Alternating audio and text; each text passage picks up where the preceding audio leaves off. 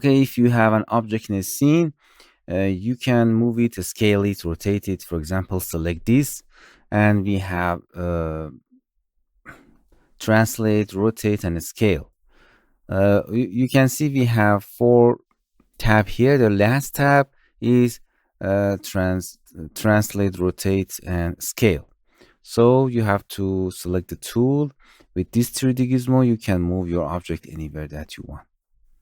If you're going up, if you're going down, put on the floor, you can simply come here and put on the floor again. You can see you can change the exact number with translate X, Y, and Z. You can activate rotate, and you can see you can rotate on any angle that you want, and you can make it again 0 if you want to come back. You can rotate in any angle that you want.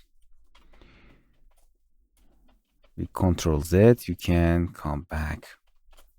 Okay, and you can type any number, exactly 0, to come back to original rotation. Another tool here is the scale. You can scale in this direction, you can scale in this direction, or manually type any number here.